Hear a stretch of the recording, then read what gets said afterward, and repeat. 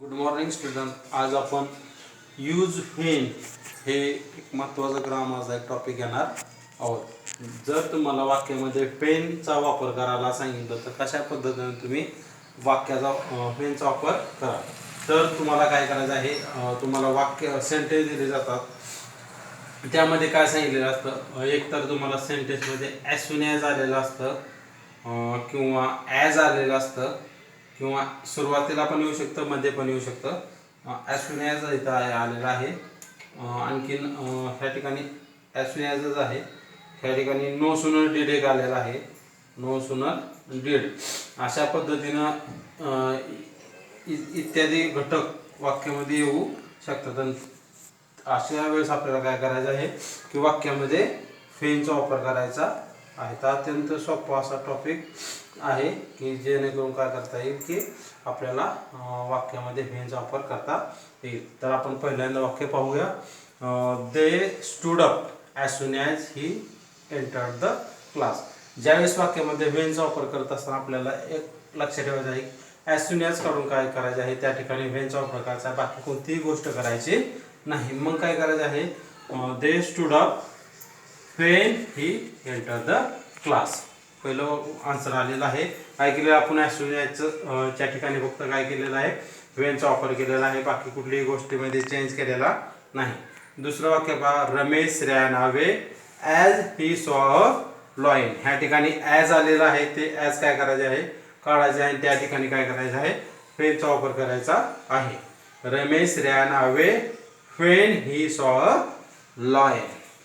ह्या ठिकाणी तिसरं वाक्य पहा, ॲज आहे, सुरुवातीलाच ॲज आलेला आहे. मग अशा वेळेस काय करायचं आहे की ॲज काढून काय करायचं आहे, व्हेनचा वापर करायचा आहे. आणि पुढचं सर्व वाक्य आहे असं लिहायचं आहे. मग काय आहे, when he saw a snake he killed it. अशा पद्धतीने तिसरं वाक्य झालं. चौथं वाक्य पहा, ॲज सून ॲज आलेलं आहे वाक्यामध्ये.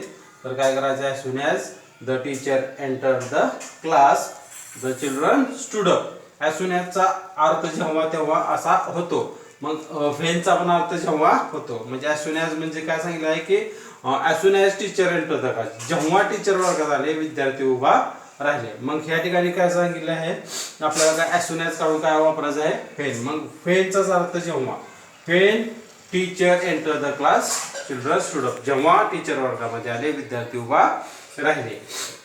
त्या ठिकाणी बघा खालचं वाक्य काय, as soon as the policeman was the house the thief ran away. म्हणजे जेव्हा पोलीस आले त्यावेळी चोर पळून गेले. मग अशा पद्धतीनं काय आहे की when the policeman was the house the thief ran away. म्हणजे ह्या मध्ये फक्त काय केलेलं आहे, आपण ॲज सून ॲज काढून काय वापरलेलं आहे, व्हेन वापरलेलं आहे. आता ज्यावेळेस नो सूनर डीड येतो वाक्यामध्ये, त्यावेळेस मध्ये नो सूनर डीड आणि दॅन, नो सूनर दॅन येतं, त्यावेळेस काय करायचं आहे, आपल्याला थोडासा चेंज करायचा आहे. नो सूनर डीडच्या जागी काय करायचं आहे, व्हेन वापरायचं आहे. आणि ज्यावेळेस दॅन येतं ना वाक्यामध्ये, ते दॅन काढून काय करायचं आहे, कॉमा द्यायचा आहे. मग उत्तर काय येईल पहा, when he when he came, than काढलेला आहे आपण, त्या ठिकाणी कॉमा दिलेला आहे. पुढचं आहे असं सी वेंट अवे.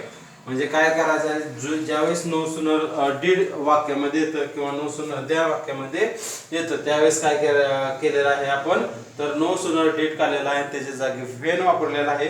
आणि दॅन काढून काय केलेला आहे, कॉमा दिलेला आहे, वाक्य आहे असं लिहिलेलं आहे. मग उत्तर काय झालं, when he came comma she went away.